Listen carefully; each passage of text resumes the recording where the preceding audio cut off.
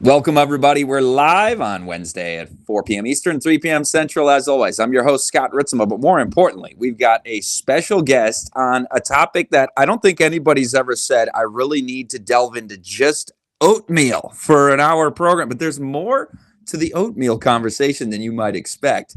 From Ashwin Sukumaran, our guest today, he is the one of the directors at UT Pines Institute, specializing in natural health. His breadth of knowledge in natural health empowers individuals like yourself, like people you can share this video with, to embrace sustainable living through eating healthy foods. And they deal with diet, they deal with all of the lifestyle factors that can improve our well-being and that of our loved ones. Now, before we bring Ashwin up, I've got to mention next week we've got Narlin Edwards coming on.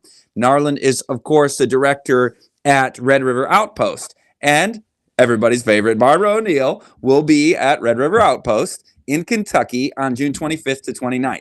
I will get to be there contributing my little piece to that as well on the topic of media. So I'm looking forward to seeing as many of you guys as who can come in person to meet you there, shake your hand, say hello, and watch you stand in line to talk to Barbara. So yeah, we'll have a great time there together and meet Narlin. He'll be on the program next week, as I mentioned, but those are the dates. Follow that QR code and you can either figure out how to get there in person or to catch the videos online.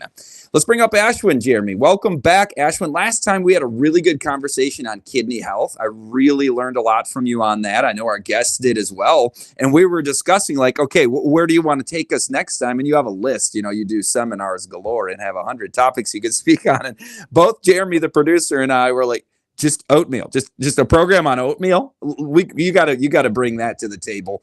What got you interested in really just this particular grain, oats, as a benefit to mankind from our Creator? Yeah, it's a really interesting story actually. There was a few years ago there was a gentleman who came to UT Pines where I work right now, and he came from Brazil.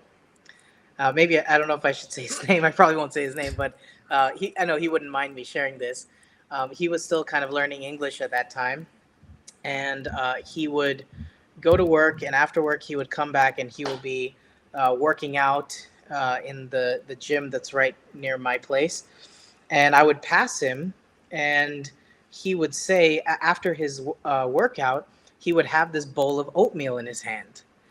And again, he was still learning English, didn't know a lot of words at that time. Now he's pretty fluent, but at that time he just knew a few words. And so when I would pass him, he would hold up his bowl of oatmeal and look at me, and he would say, "Oatmeal, brother, perfect for you." And so I thought, okay, good to know, thank you. And every day I would pass him, and he would say the same thing, "Oatmeal, brother." And so I waved back at him and I said, "Oatmeal, brother." and then this became a little fun little thing where we would, he would say, "Oatmeal, brother." I would say, "Oatmeal, brother."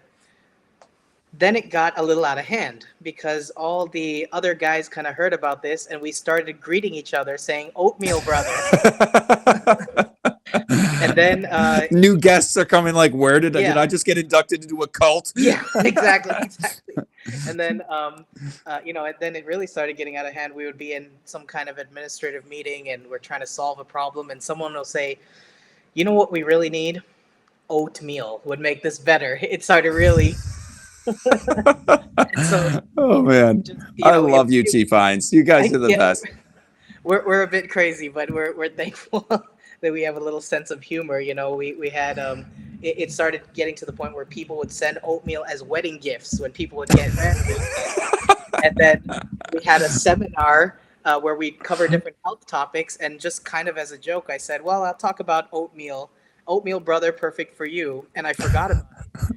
And then finally, when they were publicly announcing the topics, and they said, "Oatmeal, brother, perfect for you." No way, like for real. So I said, okay, now I have to actually put together this presentation on oatmeal.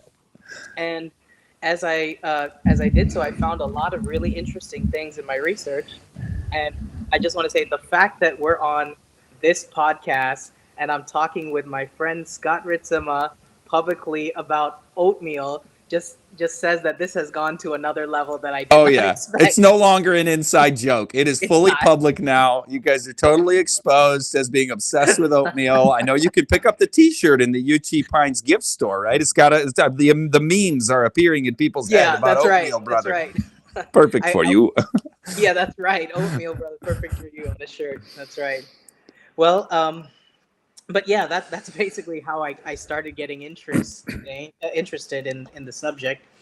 And I'm not saying that I'm the world's leading expert on oatmeal or anything, but I did find a few things in my research. So when we can talk about it as we go Yeah, along. yeah. Give us the headliner. Give us your bottom line on oatmeal. If somebody was to take away a short on oatmeal, what's great about it, and then we'll unpack it further. Okay, yeah, that's a good question. So oatmeal, of course, is a whole grain plant based food, and these types of foods tend to be beneficial overall for human health. I found that there are benefits when it comes to insulin resistance and diabetes. And what I did not expect to find was the immunomodulatory effects of oatmeal and how it can actually influence our immune system.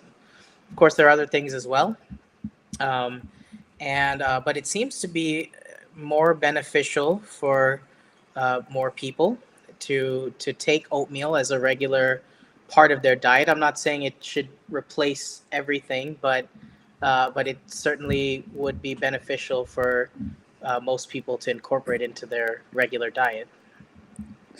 All right. Well, I want to tell our listeners right out of the gates here. If anybody's skeptical on this, put your questions in the comments in the chat. Ashwin is highly experienced and engaging on all of these topics and would love to take your questions. Jeremy's going to put those up in a little bit. But let's dig in a little bit first. We usually like to start with, as you know, 30 minutes or so of presentation, or 45. And then we can go to questions for 20 minutes or whatever.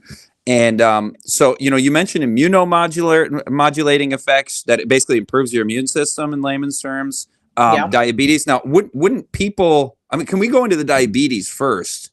sure. Isn't this, we can't have too much grain, too much carbs, and isn't that bad for diabetes?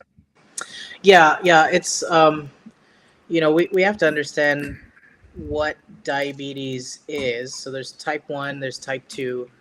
With type 2 diabetes, basically uh, you have high insulin and high glucose. And the reason why there's high insulin is because uh, the there's usually intracellular fat that's disallowing the insulin to be effective on the cell to allow the glucose to come in. So usually when we eat, our blood sugar goes up. That's very normal, and that is a good healthy process. As our blood sugar goes up, then our pancreas is stimulated to produce insulin, right? And insulin will help to allow the glucose to go into the cell to be used for energy by the cell. And but when there's too much fat in the cells, then you have high glucose and high insulin because the fat is not allowing uh, the insulin to allow the glucose to come in. And so, what is the role of oatmeal? No pun intended, right? So if you so if you think about it, oatmeal definitely has carbs, it has proteins, it does have fat, it has fiber. I think there's about 27 grams of carbs. There's about 5 grams of protein. There's 2 point something grams of fat, healthy fat, and there's 4 grams of fiber. So it'll give you about 150 some calories in 1 cup uh, of cooked oatmeal, meaning just oats with water, not with other things, right? And these are all good, healthy things. And a lot of people are afraid that carbs are going to cause diabetes, but we actually do need healthy carbs. The issue is when we have refined carbs and excess carbs, Hmm. because any excess will be turned into fat, and then fat will cause the insulin resistance, right? But we do need healthy carbs because that's where we do need glucose. Um, but along with that, it's not just carbs by itself, but you have protein, you have fats, you have fiber, and you'll actually find that people who take in oatmeal will have better uh, glucose. They actually tend to lose weight. They tend to see their cholesterol go down, and because again, people are really stuck on this idea that carbs itself will cause weight gain and will cause uh, diabetes, which is simply not the case. We're designed to eat these things, but the issue is to get it from the right source, meaning get the whole grain versus refined things, and getting it in the right amount, right? So on the subject of insulin resistance, there's something called the oatmeal cure. I don't know if you've ever heard of this, Scott. Tell us about it. All right, so this was, and it's actually published in PubMed. You can look up the article, "The Short-Term Dietary Oatmeal Interventions in Adults with Type 2 Diabetes." And this was actually a concept that was described more than 100 years ago. And there was a German gentleman, I won't attempt to say his name because I don't want to mess it up. But basically, he started prescribing a diet um, with oatmeal and some vegetables, and I think he actually used butter and things like that. But of course, if you want to do it from a plant-based standpoint, you omit that. And what they did was they did this short-term dietary intervention of basically oatmeal and vegetables, and they found that there were significant reductions in blood glucose concentrations and improved insulin sensitivity in patients with type 2 diabetes. There was actually a case study, a very interesting case study, again published on PubMed. So you have the article is called "Oatmeal Interventions in Severe Insulin Resistance on the Intensive Care Unit." There was this case study of a 67-year-old woman with type 2 diabetes who went into the ICU because she had, I believe she had pneumonia and she had respiratory failure. And so they had to put her on ventilation. And within a couple of days, she developed extreme insulin resistance and required more than 200 units of insulin per day, which is a lot. That's a lot. And in order to combat this, they gave her basically 180 grams of whole grain oatmeal cooked in water and about 60 grams of carrots. That's all they did. Okay. So they did unprocessed whole grain oatmeal and some carrots. And from day one, matter of fact, I actually have, I don't know if it's possible for me to share my screen, if that's practical, or if I should just state the numbers. But um, basically, day one, day two, and day three, her blood sugars were in the mid 200s. So I'm talking about 249, 252. I think it peaked out one day at 307. So her blood sugar is very, very high, and was not improving for 3 days. And then they did the oatmeal intervention, the oatmeal day.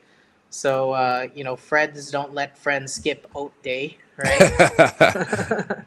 so so they put her on this oatmeal diet, and they gave her the 180 grams of cooked oatmeal with 60 grams of carrots.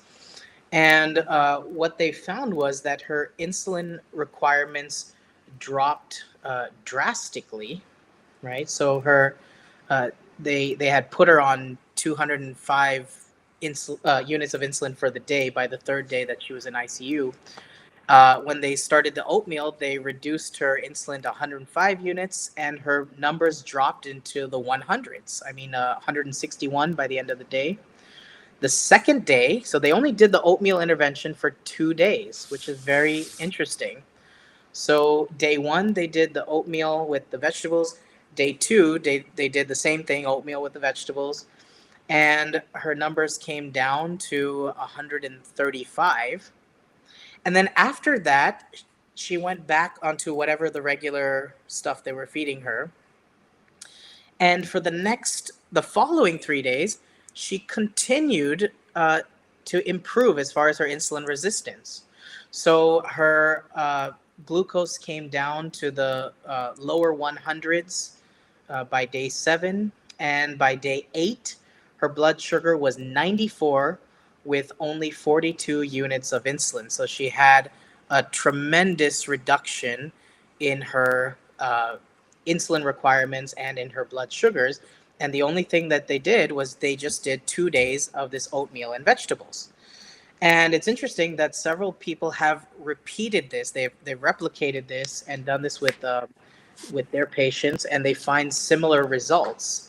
Where if they just do 2 days of oatmeal and vegetables, the person's insulin resistance decreases drastically over the next several days. So yeah, It's I thought it was powerful. fascinating. Yeah, That is powerful, and it's been that was going to be my next question. Is this replicated? And also, I'm wondering, is it because oatmeal is so awesome, or is it what they are not eating that is right. actually the root cause of the diabetes? Like, if you were to do brown rice and vegetables, would you get similar results? Exactly. Exactly. Yeah, that's a great question. Actually, that was where my train of thought was going next. And when I read that study, I immediately had the same question: what was making the difference?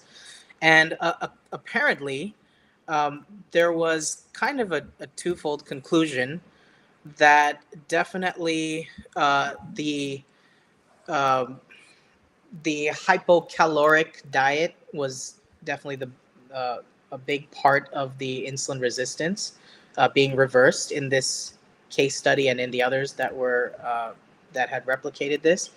So calorie restriction, definitely. I mean, it's fasting essentially, right? A type of fast, if you will, and that will definitely decrease uh, fat, and will reduce inflammation and other kinds of things. And but what they also said was that it may not be just the fact that it was hypocaloric, in other words, low calories, and hypocaloric, they usually mean something less than 700 kilocalories. And but not only was it low in calories, but they estimated that the reason why it worked was more than just the hypocaloric diet, but because of some of the properties and some of the things found in oatmeal itself.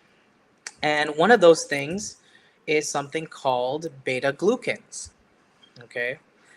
And so beta glucans are a soluble fiber that's found in oats. It's not just exclusively found in oats. I mean, you can find it in other sources like uh, barley and things like that. But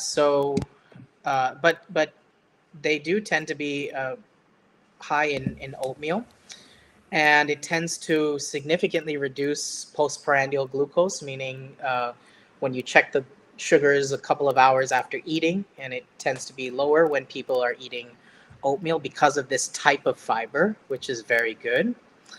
Um, and also, it's it delays gastric emptying and reduces the mixing of digestive enzymes with the food, and so it can help slow the absorption of glucose as well. So you don't have these very high glucose spikes when you eat whole foods such as oatmeal.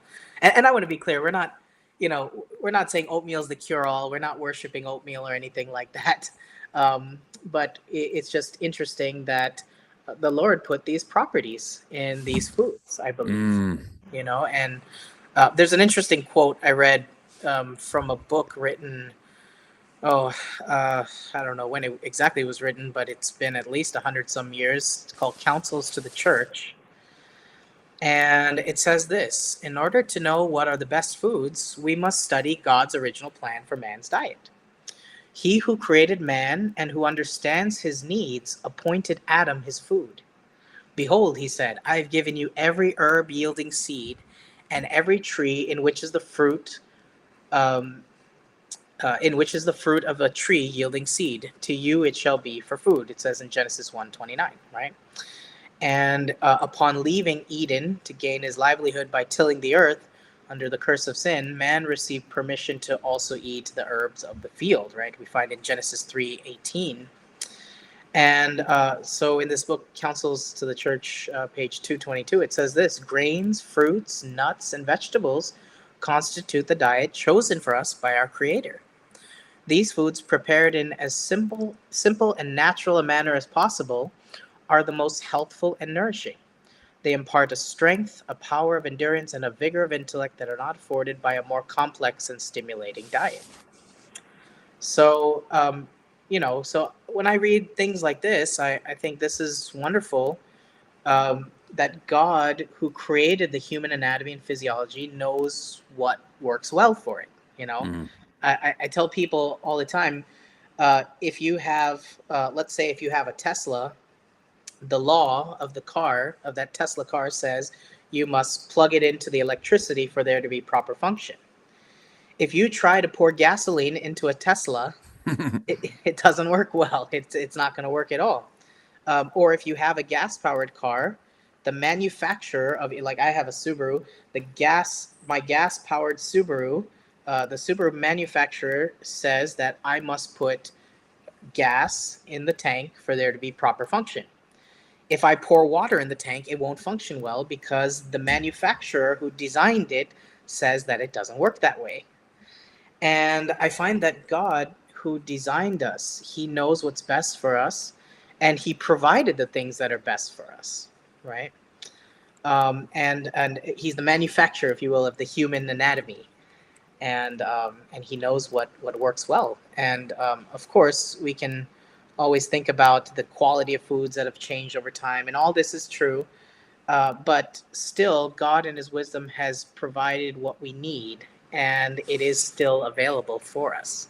Right? Hmm.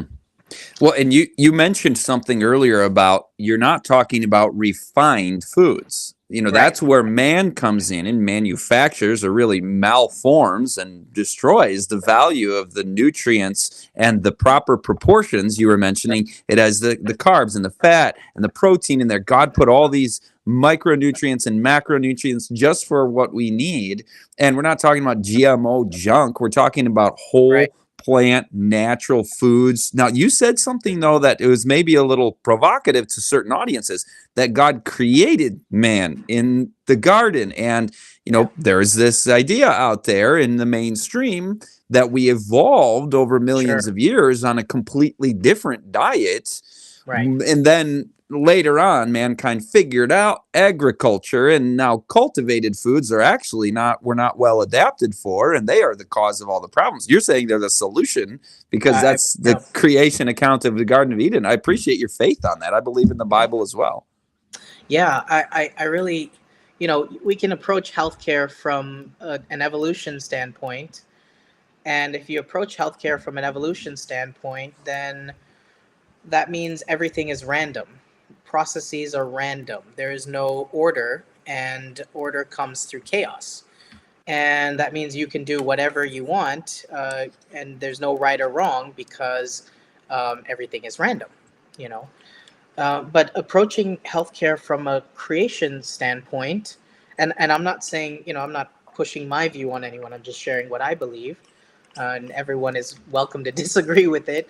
But if someone approaches healthcare from a creation standpoint, then it does require a measure of faith, just like evolution does. And but from a creation standpoint, we're choosing to believe that order came from intelligence, and that because the order came from intelligence, and we can simply follow the design, just like you follow the manufacturer's recommendations, and you have proper function of your car. Well, if you follow the designer's recommendations, you have proper function of the human body. And if we disregard the manufacturer's recommendations, we can only expect dysfunction. You know, and so of course, from a evolution standpoint, if there is no designer, then there's no right or wrong. You just do trial by trial and error and figure it out. Um, but I've been working here at Uchi Pines Institute for over 11 years, and Uchi Pines has been around for over 50 years. And it's so interesting how we call the plant based diet the health recovery diet, because people come here with various conditions.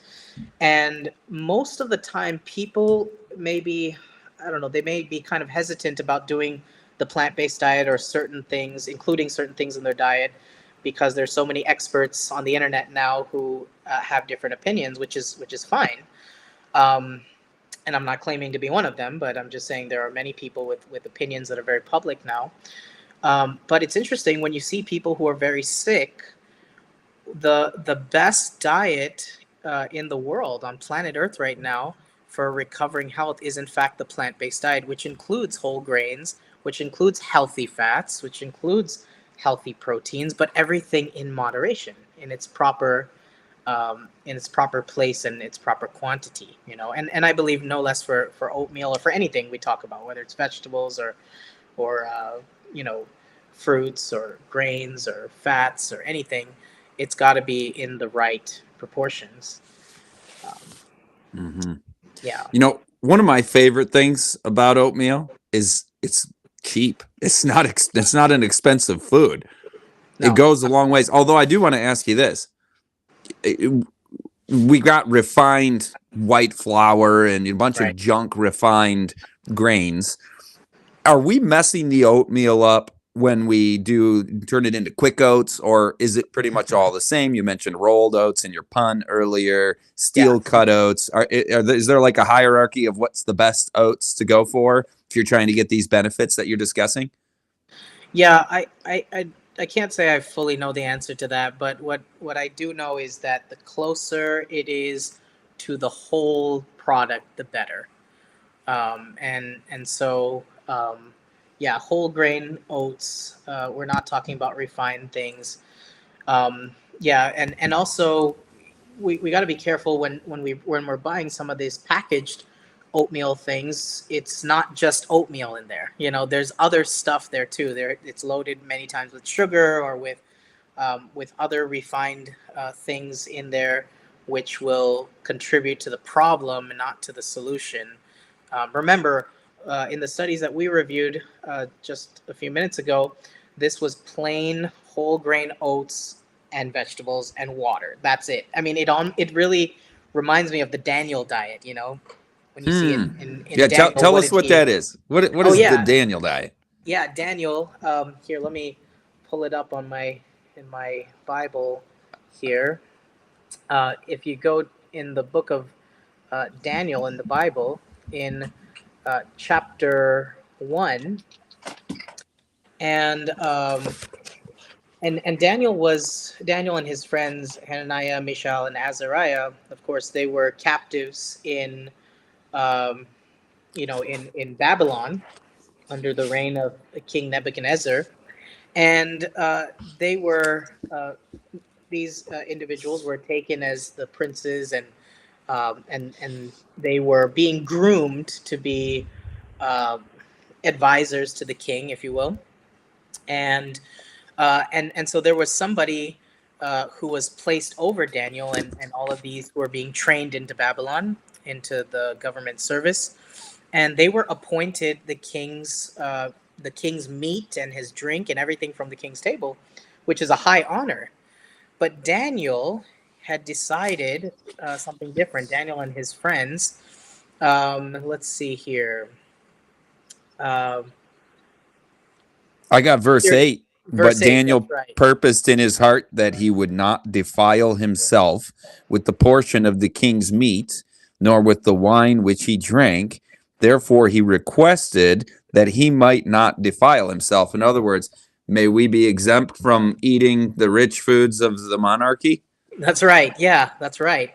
And then he said in verse 11, Daniel said to Melzar, who was this person over them, um, he said in verse 12, sorry, prove, um, I beseech you, or request of you, 10 days. Prove us 10 days and let them give us pulse to eat. And if you look at that word, it really refers to like vegetables, plant foods. Pulse to eat and water to drink. Then let our countenances be looked upon, and the countenance of those who ate the portion of the king's meat, and deal with us as you see, right?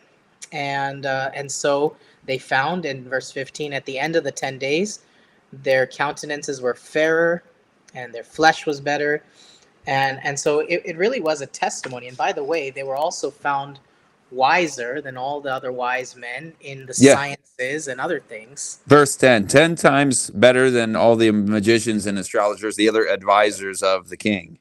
Yeah. Okay, so they were fairer. In other words, their appearance was more attractive. They were stronger, and their brains were working better. That's right. Just in 10 days. Yeah. In 10 days. How many days does it take people at UG Pines to start feeling better, have more energy, so you're stronger, have their mind is clearer, maybe happier? How long does that usually take for those effects to start to take effect? When they get on this same diet that Daniel was put on. Yeah, that's a good question. We have a residential live-in program, so people come to us for 17 days, 2.5 weeks, and it just depends on what the case is. We take people with diabetes and high blood pressure to cancer and autoimmune disease and obesity, different things, and most people, just within the first few days, they'll start to feel better. But we really see that it's kind of funny we ventured into Daniel with the 10-day thing, because it's really around that time that people really noticeably feel better. Interesting. Yeah, I did not know that. I did a 10-day thing through Belt of Truth Ministries, and I surveyed people, and the average person, it was like 5 to 6 days in, they were starting to feel better. I gave them a mental wellness survey. But really, the fullness of those benefits you're finding are starting to come around day 10, huh? Yeah, I mean, well, usually the first few days, it's kind of rough, because some people are fasting, some people are coming off of foods that they're used to eating, some people are going through withdrawals, and I don't mean just from drugs, but even food withdrawals, and caffeine, exactly, all kinds of things, and people are going through drastic changes. Their gut, is going through changes. Their microbiome is going through changes. So people are kind of feeling odd the first few days. Generally, they do start to feel better, 3 or 4 days in. But, they start seeing drastic improvements into the second week of the session. So that's when you start to see inflammatory markers coming down and pain levels coming down, and you see them starting to feel more energy and things like that. So, and I'm not saying that the magic number is 10, but it is. I find that the more consistent someone is, the better, and the more they're willing to just stick with it. Even beyond our program, usually from the beginning of the program to an end, people feel night and day difference. And then those who continue with it 2, 3, 4, 8 months down the road are the ones who have the best results overall. It tells me something wonderful about our God, that he provides such wonderful tasting, beautiful, nutritious food that makes us feel better. But he doesn't say, eat the way I told you to, or I'm going to hurt you. It's test us for 10 days. That's prove us for 10 days. That's the old King James. Let's put this to the test, Your Highness. And they consent to it. And God's way is proven. We have a God who says, come now, let us reason together. I mean, this is a scientific experiment that Daniel and his 3 friends were permitted to participate in, right? I mean, the first one in recorded history. So people say the Bible is against science and they pit these two against each other. Not so. God wants us to reason, to test things, to reason from cause to effect. And then it proves his ways. That's Romans 12, verse 2. It's one of my favorite verses. It says, be not conformed to this world, but be transformed by the renewing of your mind, and that you may know what is that acceptable and perfect will of God. And so it's like, this is how you will know. It's God wants to transform us, but it requires our consent, our will. enlisted. And God is not a God of force, kind of like the king was, where they had to risk their lives to ask for that pulse and water diet. That's a dangerous thing, to reject the hospitality of the king. But let me get Right. you back to oatmeal, Ashwin. I know we could talk this one all day long. Yeah, yeah. On our oatmeal topic, what's the burning thing that I didn't ask about yet in terms of the benefits of considering bringing oatmeal in its whole grain form into your diet? Yeah, and that's a good question. It's not just the diet, but you can use oatmeal in different ways, is what I found in my little research that I'm sharing with you today. Um, and so, certainly, you get benefits as far as blood sugar control and weight management. There are other things as well. Oatmeal does tend to lower cholesterol. This is something that's actually been fairly well known for many years. And of course, cholesterol is a big factor in atherosclerosis when you have buildup of plaque in the blood vessels, especially in the arteries, and that will lead to cardiovascular disease of all sorts, heart attacks, strokes, things like that. So, having some oatmeal in the diet will provide the soluble fiber, which can lower the cholesterol and reverse atherosclerosis. Oatmeal can actually help not just with cardiovascular disease, but it can also help with moods and anxiety and depression. Very Hmm. interesting, because oatmeal has something called L-tryptophan, which is used to synthesize serotonin. So, by including oatmeal in the diet, it can also help with anxiety and depression, which is very interesting. Um, I'll mention some of the other things that are beneficial internally. Um, let me break away from the internal use to the external use for a second. I thought this was rather interesting. I remember when I had chicken pox as a child, and Ashwin, I was gonna say this very thing. Oh man, keep going, keep going. Me too. yeah, that's what they do, is they do the oatmeal bath and aloe and things like that. And and of course that's just kind of, I thought it was just kind of like an old school home remedy, but I didn't know there was actually science to it. Um, in one of the journals of dermatology, they actually list some of the benefits of topical oatmeal extract. They found that it decreases arachidonic acid. Now, this is huge because arachidonic acid, phospholipase A2, these are things that are used to produce inflammation. So you have the COX pathway and the LOX pathway. We don't have to get into all that. But basically, arachidonic acid is used in order to produce an inflammatory response. And it tends to be high in animal products. A lot of people will say, I gave up red meat, and that's wonderful if you did. But then they go on to eat lots of chicken. Well, chicken tends to be very high in arachidonic acid, which means it can be pretty inflammatory. And anyway, not to get too off topic, but what they found was that oatmeal topically will actually decrease arachidonic acid. So if you're having an inflammatory condition, let's say of the skin, like dermatitis or whatever, oatmeal can actually decrease the things that are necessary to produce inflammation in that area. Oatmeal can also reduce TNF alpha. It can inhibit the release of pro-inflammatory cytokines and even histamines, by the way. Um, and it can help with inhibiting interleukin 8, which is, again, a pro-inflammatory cytokine.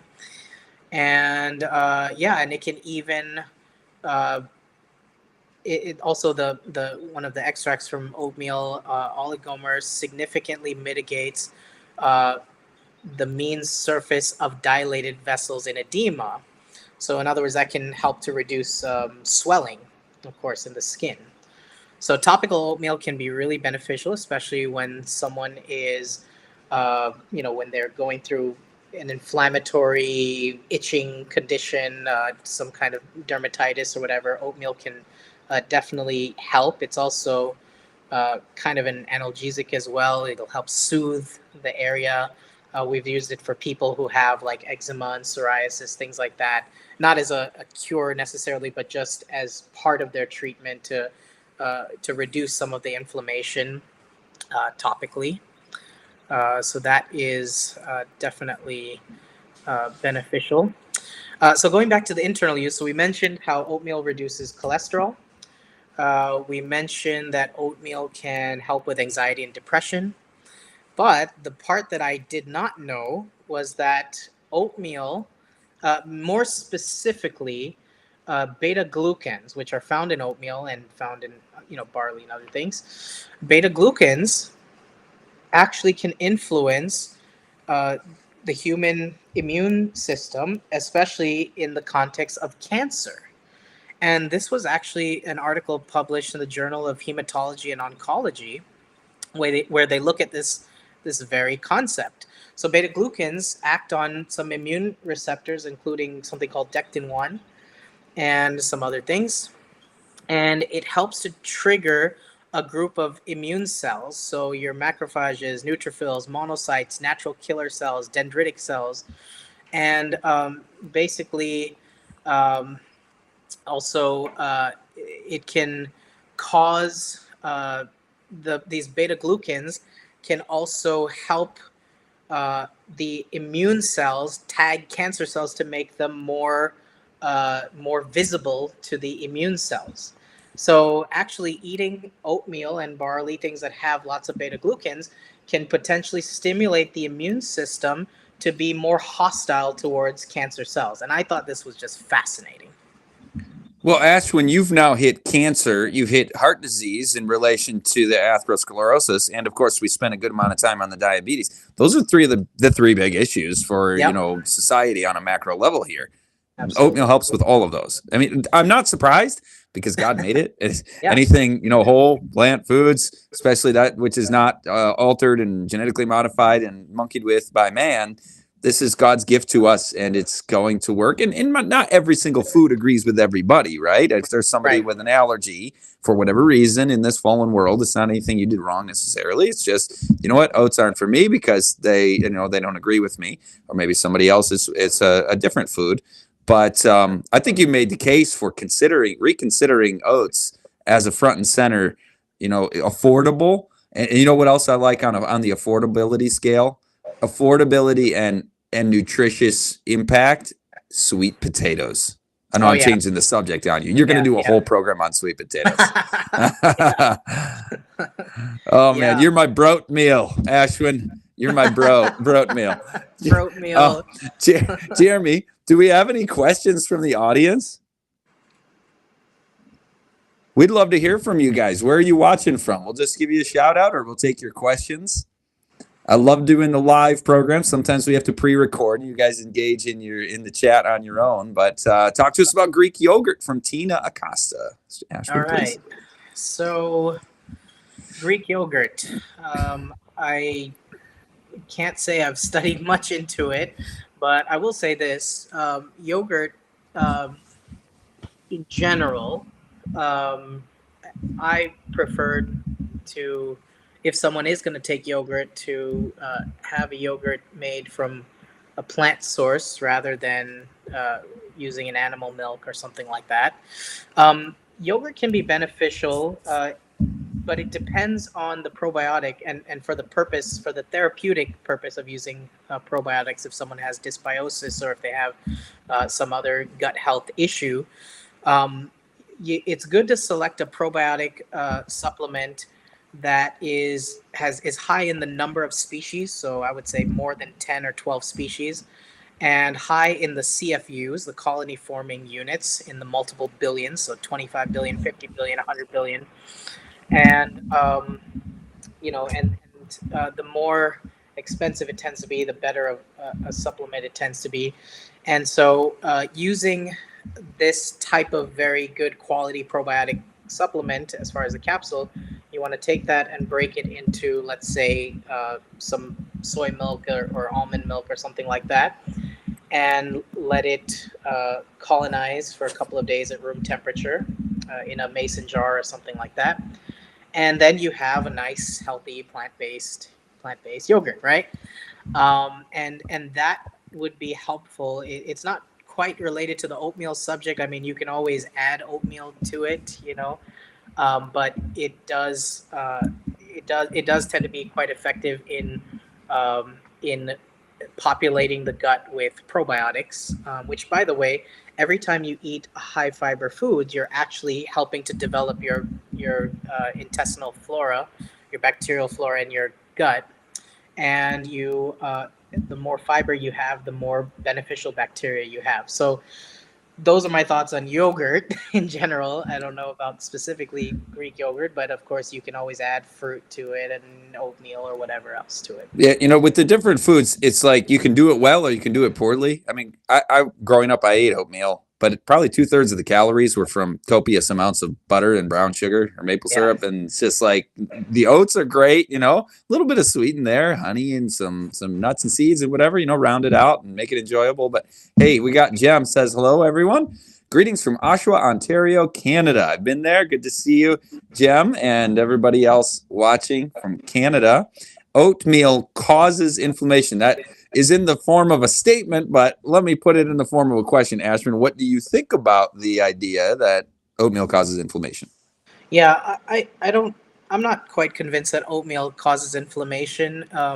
More of the research that I've seen points to the fact that it decreases inflammation, or will reduce some of the things that would cause inflammation. As we mentioned, there were studies even done on topical oatmeal. I think somebody may have had a question on dermatitis. On topical uh, oatmeal, it actually reduces arachidonic acid, which is what is one of the things that are used to produce inflammation, and and other things as well. So we actually find that oatmeal has anti-inflammatory effects, not necessarily pro-inflammatory effects. Now, I'm sure that there's some preparation of oatmeal that has lots of other things put in it that may, lead to more inflammation. But the oatmeal itself, I don't know. And again, I'm not the world's leading expert on anything, but I'll throw this in there. My wife has gluten free. She's got issues with gluten, and she uses in the past she has used gluten free oats, which oats don't technically have gluten, but apparently there's some crossover there. So right. maybe some of the issue with inflammation with oatmeal could be some contamination or some problems with people who just have a personal issue with not just gluten but perhaps oats themselves. Yeah. Yeah. All right. Well, thank you, Jem, for being with us. Joy says, my question too, is steel cut versus whole rolled oats better? I think you wanted to punt on that one, didn't you, Ashwin? Yeah. All right. No problem. Guests always have that privilege. So we'll go to the next question, Jeremy. Lorna says, oatmeal has a lot of carbohydrates. It's not good if you want to lose weight. So what is a good weight loss proportions? Are you trying to lower your carbs for weight loss? Is that what you recommend? Right. So I'll say it this way: anything that's in excess will cause weight gain. So yes, you could gain weight with excess carbs. If you're eating lots of carbs, you're going to be breaking that down. It's going to be glucose, and that excess glucose that's not used for energy is going to be stored as fat. I 100% agree with that if you are overdoing it, for sure. But remember, we need carbs. If we go carb free, that will cause problems. So we absolutely need carbs as humans, and so eating a whole grain source in the right proportions is the key. So nobody's going to be gaining weight from eating 1 cup of cooked oatmeal a day. I mean, now if you're loading is it pretty? Sorry, finish it. Go ahead. Well, I was just going to say that if you're loading it with like sugar and putting all kinds of other things, butter and fat and all this stuff in it, then it's no longer a 100 something calorie dish. Now it's like 600-700 calories for that one thing, which really the oatmeal is getting blamed for, but it's not necessarily that. People probably are gaining weight from eating carbs in the form of soda, or what we call in Michigan pop, or folks down in the South call Coke. Everything's a Coke, whether it's orange or root beer or whatever. It's all Coke. Yeah. or candy, white bread, white everything. Yeah, rice. That is gonna, white rice. Yeah. So when you're promoting whole plant foods, that's foods in their full fiber packages, right? And That's that's right. more Right. difficult to overdo the calorie intake on those, carbs or otherwise, because you're getting, because the fiber is satiating you, right? Is that Yeah. pretty much how it works? Oh yeah, I tell people, try to eat 700 calories of fried chicken. It's very easy to do, and you may still be hungry, but try to eat 700 calories of broccoli. That would be really difficult to do. Yeah, Um, and so even if you love broccoli, and I love broccoli, I could eat broccoli every day. me too. But with with oatmeal, this kind of thing, when you're eating a whole grain, and remember, we're not saying to just eat oatmeal. Of course. We're supposed to be eating a balanced diet. We're Yeah. talking about vegetables, fruits, different things in the right timing, in the right proportions. And so if you're including other things along with the oatmeal, it would be very difficult for someone to put on weight with that in the right proportions, and without loading it with other unhealthy things like unhealthy fats like butter and stuff like that. Yeah, especially if you're eating only at mealtime and eating 2 meals a day or a light third meal, it's difficult to gain a lot of weight on the Right. full fiber whole plant food diet, which is naturally high in carbohydrates, but in their God designed packages. I love that Right. word you used earlier, designed. Jeremy, Yeah. who else do we have? Crown says, do a video about buckwheat, please. All right, Jeremy, LSR team, take note. We got a video on buckwheat coming up, I hope. Oats are gluten. Buckwheat is a lot better and is gluten free. Comment?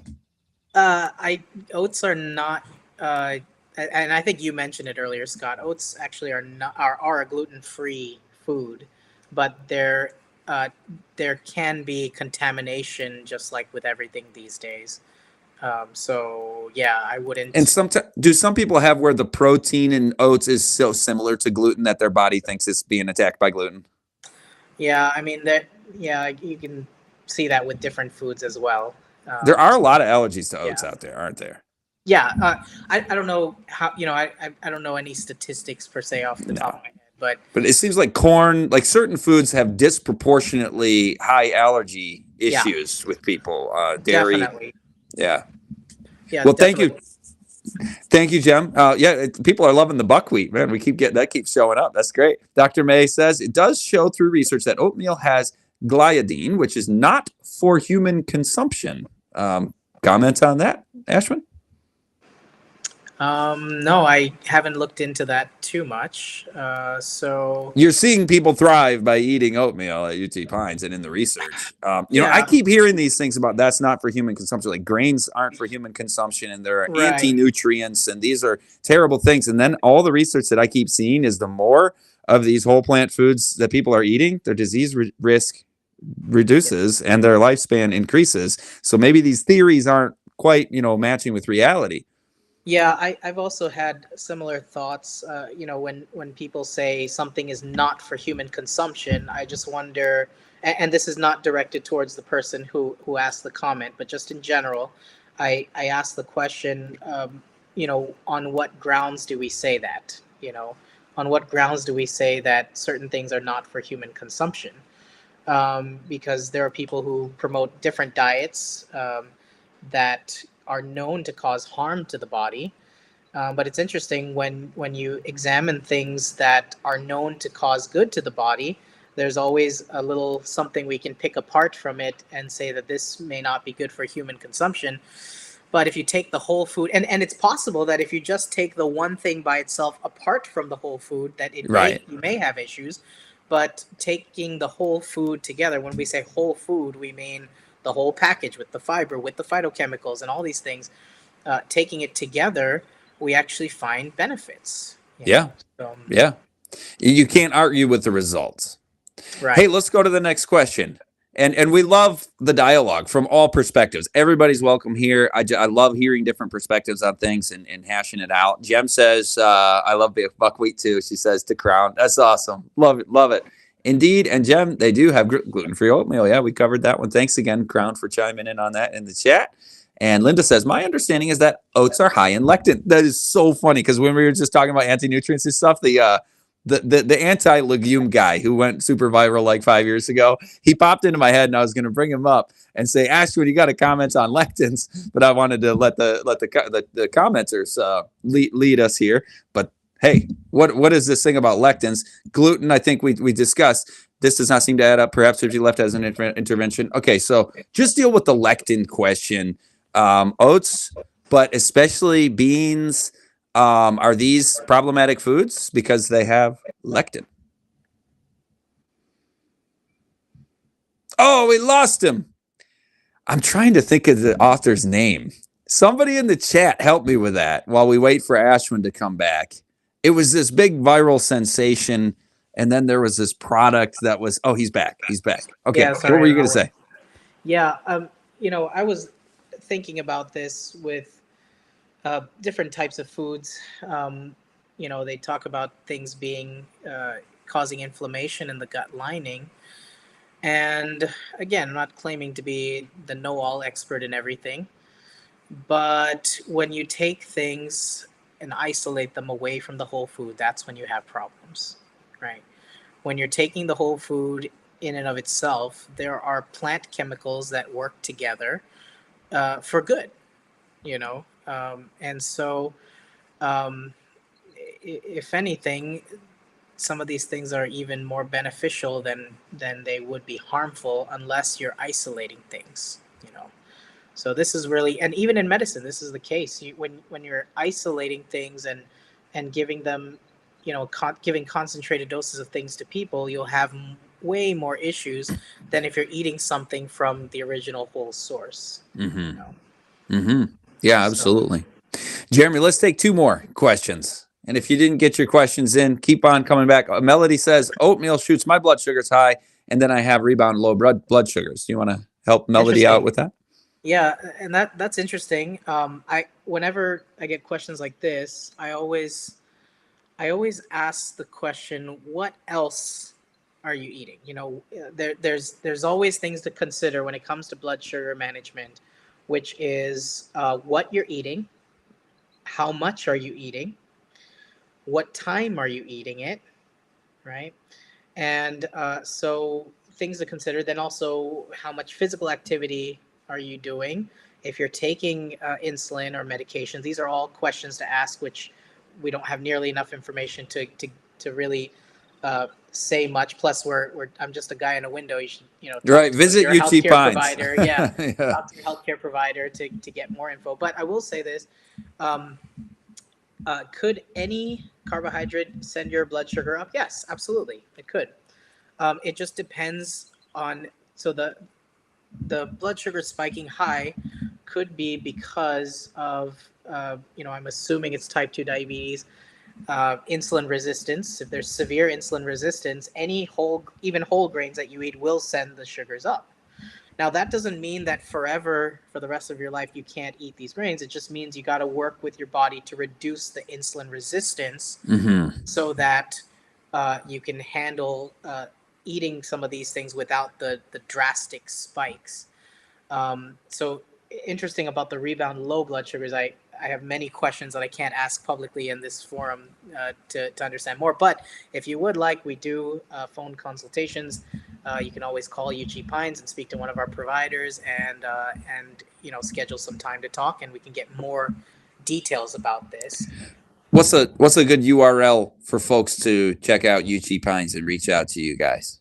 Yeah, you could go to our website, www.uchepines.org. Jeremy, do you have a QR code perhaps, or spell that out one more time just in case he doesn't? Yep, UG Pines, UCHEEPINES.org. And you could contact us there. You can call our office and schedule an appointment with one of our providers on our medical staff. We love to talk to people and help you figure it out. But generally, just to quick answer this question, sure, anything could, even a whole food could cause an a glucose spike. It won't be as drastic as it would be if it was a refined grain, like white rice versus brown rice, but what you really want to address is the insulin resistance. And a lot of times that could be dealt with using different interventions like fasting, calorie restriction, exercise, the 2 meal plan, as Scott mentioned earlier. 2 meals a day, 5 to 6 hours apart. Starting with breakfast, ending with lunch, and then fasting till the next day. And for some people with severe insulin resistance, sometimes alternate day fasting is very helpful to deal with the insulin resistance. There's many factors, and I can't quite say everything because I don't know if the person's taking meds or whatever that's influencing this. But you could, let's say you control for everything. You just want to do that consistently. The insulin resistance will reduce over time, and you can start introducing small amounts of whole grains, which doesn't have to just be oatmeal. It could be buckwheat or whatever, a millet. You could introduce those things in small quantities. It may cause the blood sugar to go up a little bit, but you may need to adjust your exercise intensity. So increase the time that you spend walking, for example, Especially right after a meal. Yeah, that's right. Right after a meal, especially when you're adjusting things and introducing whole grains into the diet, for someone who has severe insulin resistance, increasing physical activity will be beneficial. So these are all different things that one could use. And again, I just want to stress that it's important to do this with your provider. Talk to your healthcare provider, especially if someone's on insulin or meds. You don't want to do this kind of haphazardly because that could be dangerous. But doing it with someone who can help guide you through that to know how to make those adjustments is the key to success that I find. Absolutely. uchipines.org. Last question. P. Leslie says, what about oat milk? And that maybe was on the heels of the person asking about yogurt. Do you like oat milk, Ashwin? I mean, not do you enjoy it, but is it beneficial? I mean, you could tell us if you enjoy it or not too. Yeah, what do I think about oat milk? It's creamy. Yeah. I haven't looked quite specifically into oat milk as a therapeutic intervention, but again, if the oatmeal or the oat milk, which is made from oatmeal, contains these beta glucans and other things, that's when you'll find the benefits that we had discussed. And Scott, if you want, I can actually do a little quick summary of all the benefits of oatmeal. Oh yeah, hit them. Yeah. Yep. So here's the summary of some of the things we talked about and some of the things we didn't talk about, but I may have brushed through it a little bit. So, of course, the big one is oatmeal does improve insulin resistance. This has been tried for over 100 years, and many people have replicated this. So it does improve insulin resistance. Oatmeal reduces inflammation. Oatmeal has antipyretic effects. In other words, it'll help with soothing the skin topically, right? Oatmeal improves the gut microbiome. Oatmeal improves the gastric emptying time, which is the time it takes for the food to move from the stomach to the intestines. Oatmeal does lower cholesterol. It reduces atherosclerosis, which is the plaque buildup in the arteries, which leads to cardiovascular disease, right? Oatmeal does, interestingly, have anti-cancer effects. We found the beta-glucans helps to tag the cancer cells and makes it more visible for the immune cells to recognize and kill cancer cells. Oatmeal has immunomodulatory effects. It can influence it by stimulating or calming things down. And oatmeal has antidepressive effects. As we mentioned, the L-tryptophan in oatmeal, which helps to produce serotonin, which can help with anxiety and depression, things like that. So yeah, and this is just Scott, this is just one food, and again, we're not. God is so amazing. Wow. That's the point. That's the point that I'm making here. It's not really to draw attention to oatmeal. I want to be clear about that. We're not here. We don't worship oatmeal. We're not a cult, an oatmeal cult or anything like that. All jokes aside, but no, my point is, if you can talk about the benefits of one food, that for an interview, like just the variety, the diversity, the depth of benefit of each of these foods that God made for us, let's celebrate the food, but praise the God that made them. That's right. And I'm just in awe that this one food has so many benefits, and he gave it to us for our use, you Mm-hmm. know. And you look at all the things we talked a little bit about Genesis in the beginning. We look at all the things that God created, and he made it for man, and you wonder why. Well, he made it because he loves you. Amen. That's the thing. I don't think people understand how much God loves you. He doesn't want to give you something that will harm you. He wants to give you something that will be for your good and for your benefit, so that you can be closer in connection with him. And because we believe, and I believe personally, that connecting with God brings man his greatest joy.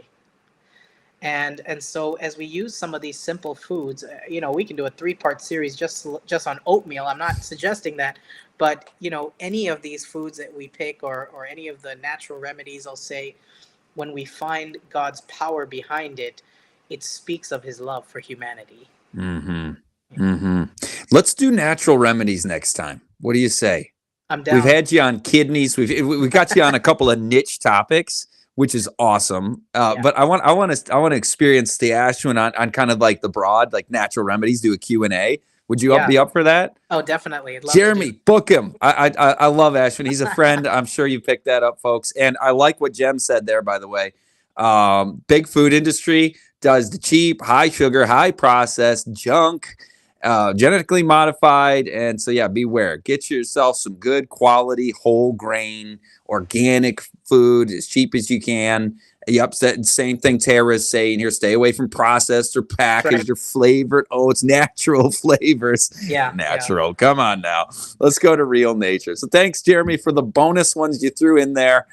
And Ashwin, thanks for coming on again, brother. Thanks, and brother. tell all the folks there at UT Pines hello from Scott, from LSR. We all love you guys over there. And Jeremy, who's up next week?